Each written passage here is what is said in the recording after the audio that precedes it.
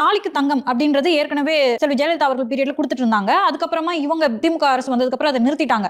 நம்மளே பேசியிருக்கோம், அதுக்கான பாசிபிலிட்டிஸ் கம்மி. ஏன்னா தங்கத்தோட விலை தினம் தினம் உயர்ந்துட்டு இருக்கு. அப்படி இருக்கும்போது மீண்டும் தாலிக்கு தங்கம் அப்படின்ற ஒரு அறிவிப்பு வெளியிட்டு இருக்காரு. இது எப்படிங்க சார் சாத்தியம் இருக்குதா? தாலிக்கு தங்கம்ன்றதோட சேர்த்துட்டு பட்டுப்புடவை ஒன்று வழங்குவோம் என்றும் சொல்லியிருக்கிறார். அதுதான் ரொம்ப முக்கியம். ஜெயலலிதா கருணாநிதி கலர் டிவி கொடுத்ததையும் சொல்லலாம். ஜெயலலிதா இலவச கறவை மாடு ஆடு கொடுத்தது இதையெல்லாம் உதாரணமாக சொல்லலாம். நீங்கள் மாதம் 1000 ரூபா கொடுக்குறீங்க. ஃபஸ்ட்டு வாங்கும்போது பேங்க் அக்கௌண்ட்டில் 1000 ரூபா வரும்போது உங்களுக்கு ரொம்ப மகிழ்ச்சியாக இருக்கும். அதுக்கப்புறம் அது பழகி போயிடும். 1000 ரூபா வரும்ட்டு பழகி போயிடும். அது உங்களுக்கு ஒரு பெரிய அளவில் உங்களோட மனதளவில் ஒரு குடும்பத்துக்கோ அல்லது ஒரு பெண்ணுக்கோ அது வந்து ஒரு பெரிய தாக்கத்தை ஏற்படுத்துமா உளவியல் ரீதியாக என்று சொன்னால் ஏற்படுத்தாது. கணக்கு போட்டு பார்த்தா குடும்ப தலைவிக்கு 1000 ரூபாய், படிக்கிற பட்டதாரி பெண்ணுக்கு ஒரு 1000 ரூபாய்ன்ட்டு கூடுதலாக கூட இந்த தொகை வரும். ஆனால் கல்யாணம் பண்ணும்போது இப்போது ஏழைகளாக இருக்கக்கூடியவர்களுக்கு 1 பவுன்ன்றது பெரிய விஷயம். மொத்தமே இந்த கல்யாணத்துக்கே 1 பவுன் 2 பவுன் தான் மொத்தமே இருக்கும் செலவு.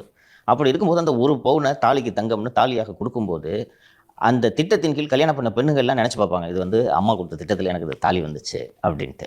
ஸோ அதை நான் மீண்டும் அறிமுகப்படுத்த போகிறேன் அப்படின்ட்டு திரு பழனிசாமி அவர்கள் சொன்னதோடு இல்லாமல் இப்போ தாலிக்கு தங்கத்தோடு சேர்த்து ஒரு பட்டுப்புடவை என்பதையும் அறிவித்திருக்கிறார்.